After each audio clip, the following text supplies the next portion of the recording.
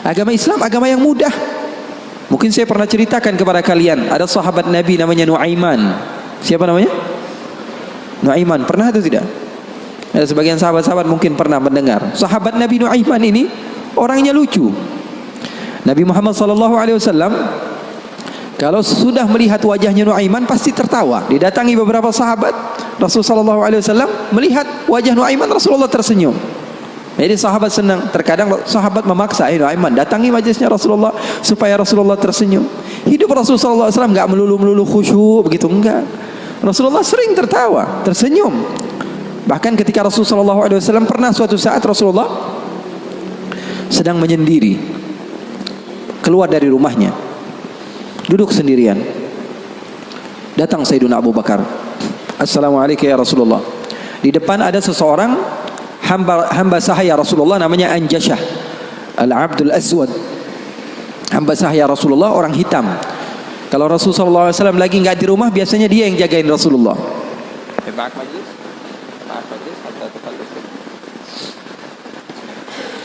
Siapa namanya? Anjashah, penjaga Rasulullah SAW. Maka Rasulullah SAW duduk ketika itu sendiri. Abu Bakar datang, izin, Anjashah boleh atau tidak saya masuk? Kata Rasulullah, siapapun mau masuk silahkan masuk. Masuk Sayyidina Abu Bakar. Dan Abu Bakar ini nggak kuat. 1 jam saja pisah dari Rasulullah, dia pasti kacau hidupnya. Datang ke Rasulullah SAW duduk. Sayyidina Abu Bakar orangnya begitu, nggak berani. Ini paham bahasa Indonesia nggak nih? Paham ya? Saya kira karena sebagian orang, saya pernah ceramah di satu tempat di Banten, di pedalaman dusun. Saya ngomong bahasa Indonesia, saya kira paham semua orang. Pas selesai kajian sekitar 1,5 jam saya ngomong, tahu-taunya nggak ada yang paham bahasa Indonesia. Rasanya pengen apa itu?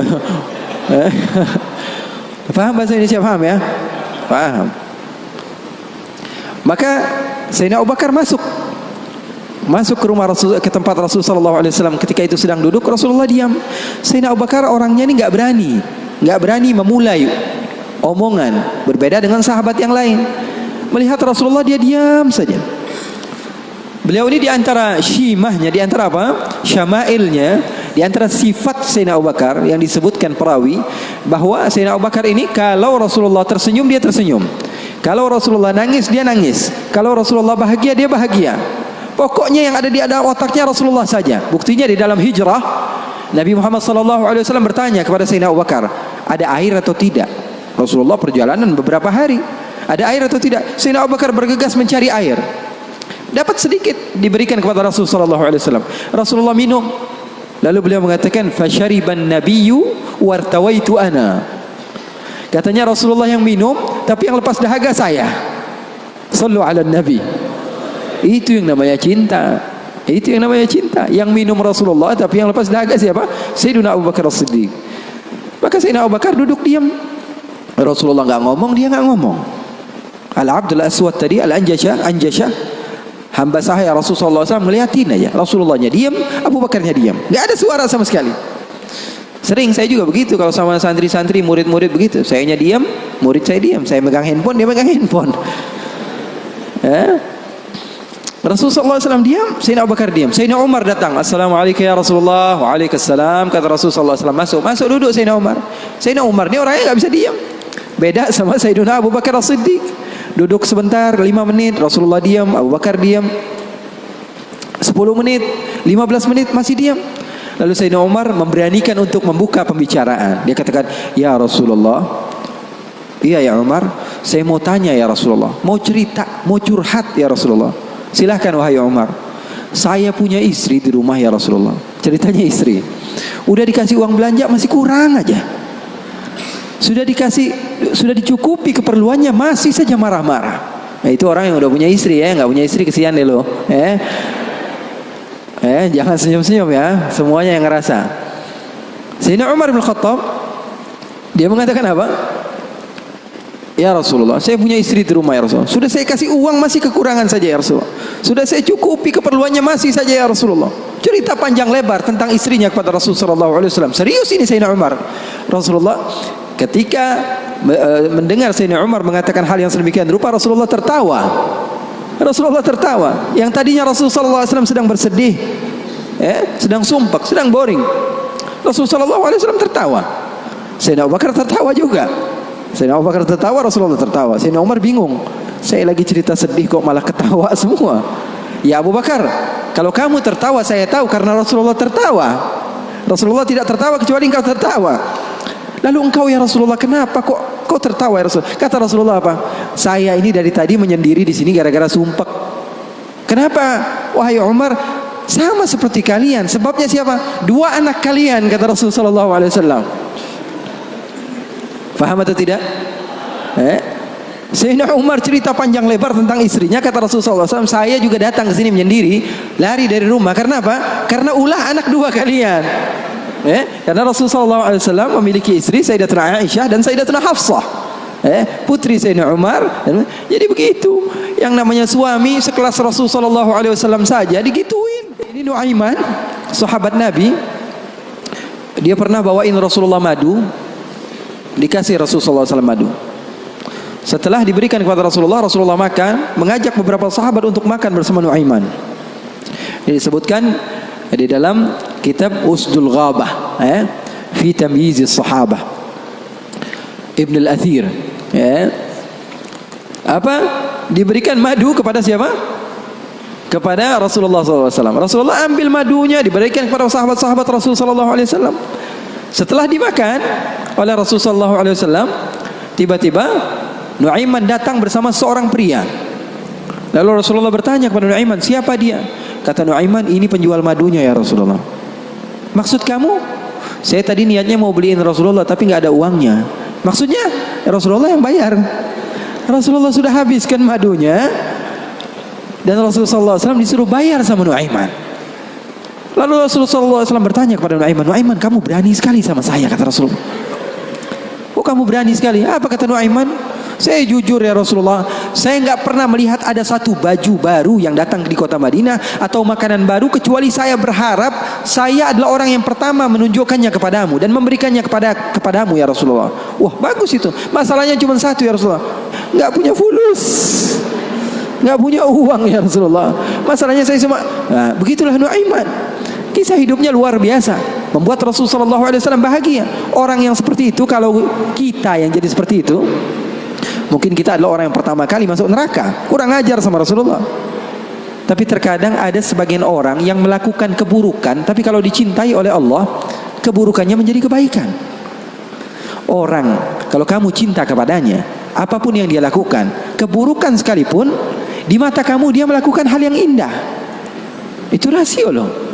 Seorang bapak atau ibu, anaknya padahal biasa-biasa aja, nggak ganteng-ganteng amat, setiap hari dibilang, waduh cakep banget anak saya, foto dia melulu di Instagram. Betul atau tidak? Padahal orang lain melihatnya biasa aja ini anak, tapi bagi dia, di mata orang tua, anaknya adalah hal yang terindah baginya. Begitu juga ketika anaknya salah, di mata orang tua terkadang dia melihat anaknya nggak salah, yang salah orang lain. Kenapa? Karena matanya sudah cinta kepada anaknya tersebut. Jadi bisa dimaklumi. Terkadang ada sebagian orang yang dia melakukan amaliyah yang buruk. Amaliyah buruk, jelas-jelasan. Tapi Allah cinta kepada hamba tersebut. Apa yang dia dapatkan? Dia dapatkan ridhonya Allah. Kita yang suudzon dapat apa? Dapat keburukan. Bareng-bareng sama saya kaji Al-Quran. Bagaimana Nabi Musa berdoa. Allah katakan, falamma akhadathum ar-rajfah, tatkala Nabi Musa didatangi musim paceklik, nggak ada air sama sekali, Nabi Musa berdoa. Apa doa Nabi Musa? Qala rabbi law syi'ta ahlaktahum min qablu wa iyyai.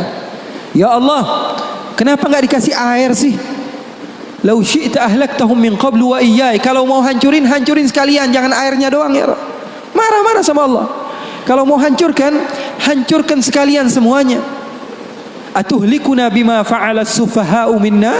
Ya Allah, kenapa engkau menghancurkan kami atau menahan air dari kami hanya karena beberapa orang oknum saja daripada hambamu yang berada bersama kami yang melakukan kesalahan? Kenapa kami semua yang kena imbasnya?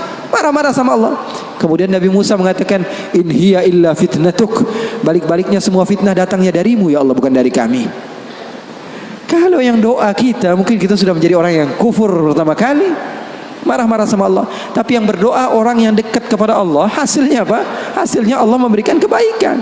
Makanya poin di sini yang saya ingin sampaikan kepada kalian, terkadang orang lain melakukan maksiat, kita jelas-jelasan melihat dia maksiat, kemudian kita menghinakan dia, sementara dia di mata Allah adalah orang yang baik. Kita semakin jauh, dia semakin dekat. Itu hasilnya. Makanya ulama-ulama kalian, para habaib-habaib kalian mengajarkan kepada kalian apa? Untuk menutup mata kalian daripada kesalahan orang lain. Fokus saja sama diri sendiri. Terus saya mendengar, mengikuti kajian-kajian Habib Muhammad, habaib-habaib yang lain, Habib Muhammad bin Anis yang sering ke sini, ustadz-ustadz yang sering bersama Habib Muhammad. Saya tahu mengajarkan kepada kalian untuk persatuan, untuk bareng-bareng. Kenapa? Karena orang kalau dia menganggap orang lain buruk, sementara orang yang dianggap buruk tersebut di sisi Allah adalah hamba yang dekat dengan Allah, maka kita kena imbasnya. Kita dapat dosanya. Jadi sahabat Nabi tadi Nuaiman, pernah suatu waktu dia di zaman Rasulullah SAW sudah meninggal. Rasulullah SAW sudah intaqala ila rafiqil a'la. Bahasa meninggal sepertinya kurang pas buat Rasulullah SAW. Rasulullah SAW berpindah kepada alam yang lain. Datang Rasulullah SAW di zaman Sayyidina Uthman bin Affan. Nuaiman duduk di depan masjid Rasulullah SAW. Rasulullah sudah nggak ada. Nuaiman sumpek. Biasanya Rasulullah SAW dimainin sama dia. Ini duduk di masjidnya Rasulullah SAW. Nggak ada kerjaan dia. Dia ambil batu, dia lempar, ngeliatin orang yang bolak-balik sana. Kalau kata orang Malaysia, pusing sana, pusing sini, balik sana, balik sini. Nuaiman melihat ada orang yang buta, orang yang nggak bisa melihat, megang tongkat. Jalan, dia pusing sana, pusing sini, balik sana, balik sini. Nuaiman, saya lagi sumpek, ini orang bikin tambah sumpek. Dipanggil sama Nuaiman, hei buta, kemari kamu. Ini Nuaiman nggak bisa ngelihat orang kecuali dikerjain. Itu Nuaiman, nggak bisa ngelihat orang kecuali kerjain. Tapi dia dicintai oleh Allah. Susah kan? Kalau Allah udah cinta, makanya cari cinta Allah, bukan cari surganya Allah. Cari ridha Allah, jangan cari surganya Allah. Surga itu makhluk, tapi ridhanya Allah, cintanya Allah itu yang paling mahal. Nuaiman akhirnya dipanggil buta, buta kamu kemari. Kenapa, kata si buta? Saya ini pusing, saya lagi sumpek, ngeliat kamu tambah sumpek, kata Nuaiman. Saya ini bukan mau bikin sumpek orang, kata si buta. Lalu apa yang kamu ingin lakukan? Saya ini dari tadi cari toilet, saya kebelet, kata si buta. Saya bersama anak saya yang biasa membawa saya, tapi anak saya sekarang sedang pergi ke pasar, saya tidak tahu di mana dia. Saya sudah nggak kuat, kata Nuaiman. Oh, kamu cari toilet, bilang dari tadi, nanti saya bantu, kata Nuaiman. Dipegang tangannya sama Nuaiman. Ini mau balas dendam ini Nuaiman. Ini dipegang tangannya, dibawa kemana? Ke masjidnya Rasulullah Sallallahu Alaihi Wasallam. Dulu masjid nggak ada toiletnya, beda sama sekarang. Sekarang orang ke rest area yang lihat ada masjidnya nggak? Ada. Mau ngapain? Mau sholat duha? Bukan, cari toiletnya. Orang zaman sekarang kan begitu. Maka Nuaiman memegang tangan si buta, dibawa ke masjidnya Rasulullah. Kira-kira sudah dekat mihrab, di samping, di depan, katanya, oh ini toiletnya. Kamu mau ngapain? Terserah kamu di sini. Apakah sudah tidak ada orang di belakang saya? Tidak ada, sudah aman tempatnya. Nuaiman kabur udah nggak ngurusin lagi udah. Orang lagi sholat banyak, sahabat-sahabat tabi'in lagi pada sholat. Ini tiba-tiba di depan, bayangin di depan situ ada yang buka celana. Yang lagi sholat, mereka mempercepat sholatnya, lalu maju ke depan, ingin dipukul ini orang. Ternyata ketika dilihat, wah buta ternyata. Kenapa kamu berani buang air kecil di masjidnya Rasulullah? Awa masjidi Rasulullah. Apakah ini masjidnya Rasulullah? Iya, ini masjidnya Rasulullah.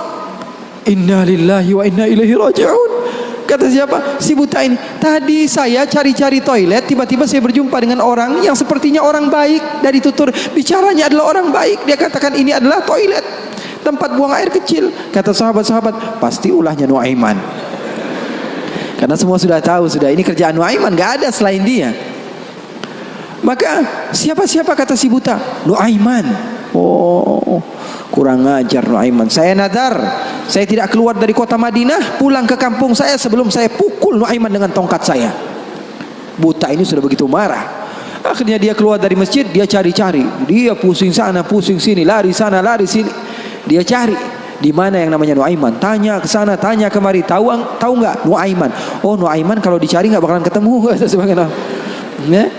Tiba-tiba dia sudah capek ini si buta, Nuaiman datang. Nuaiman tanya, nakkar sautu. Dia rubah suaranya. Buta, lagi ngapain sendirian di sini? Dia bilang, saya lagi sumpek ini. Sumpek kenapa? Saya ditipu sama orang. Siapa namanya? Nuaiman. Terus kamu mau ngapain sekarang? Saya mau balas dendam. Oh, sini saya antar kamu kepada Nuaiman. Padahal yang ngomong siapa? Nuaiman. Ini bukan cerita-cerita saya yang bikin loh, bukan. Ada riwayatnya. Maka Nuaiman memegang tangan si buta, dibawa lagi kemana? Dia bohongi, dia tipu. Dia ajak keliling-keliling dulu, seakan-akan tempatnya sudah jauh. Selepas itu dia bawa ke masjidnya lagi. Dibawa lagi ke masjidnya Rasulullah SAW. Didekatkan kepada mihrab. Ketika itu Khalifatul Rasulullah Sayyiduna Uthman bin Affan, Amirul Mukminin, sedang salat. Sayyidina Uthman, jangan kalian tanya khusyuknya di dalam salat. Bahkan beliau terbunuh ketika sedang membaca Al-Quran, zikir kepada Allah Subhanahu Wa Taala. Dibawa oleh Nuaiman si buta dengan tongkatnya, disuruh pegang-pegang. Di mihrab ada orang nggak? Ada. Itu tuh Nuaiman itu, dia pura-pura soleh, itu dia habis nipu kamu, dia pura-pura sholat katanya. Oh, ini Nuaiman. Iya. Akhirnya Nuaiman pergi. Nuaimannya pergi. Buta ambil apa? Tongkatnya, dia pukul Sayyidina Uthman bin Affan. Sekencang-kencangnya dari belakang orang-orang, para sahabat, para tabi'in, mereka teriak, "Qutila Amirul Mukminin." Ada musuh yang mau bunuh Amirul Mukminin. Semua menyerbu. Ternyata dia lagi. Baru sekitar setengah jam yang lalu dia buang air kecil di sini. Sekarang sudah pukul Sayyidina Uthman bin Affan. Akhirnya semua orang bingung. Dia bilang, kenapa kamu pukul Amirul Mukminin? Katanya gemeter dia. Saya pukul tadi barusan Amirul Mukminin. Saya ditipu sama orang. Orang bilang itu adalah Nuaiman. Kata si buta, demi Allah, semenjak sekarang saya tidak akan pernah percaya lagi sama manusia. Jadi hal-hal yang seperti itu ada. Bahkan di zaman Rasulullah sallallahu alaihi wasallam diriwayatkan beberapa ashabus sunan, mereka meriwayatkan Nuaiman ini pernah di zaman Rasul loh, di zaman Rasul. Terusin penyemangat Habib Muhammad. Tapi dia curang. Di tempat saya cuma berbicara 10 menit aja. Kalau ceramah di tempat saya hanya 10 menit. Saya sudah setengah jam lebih nih. Hampir sejam. Double ini, Beb.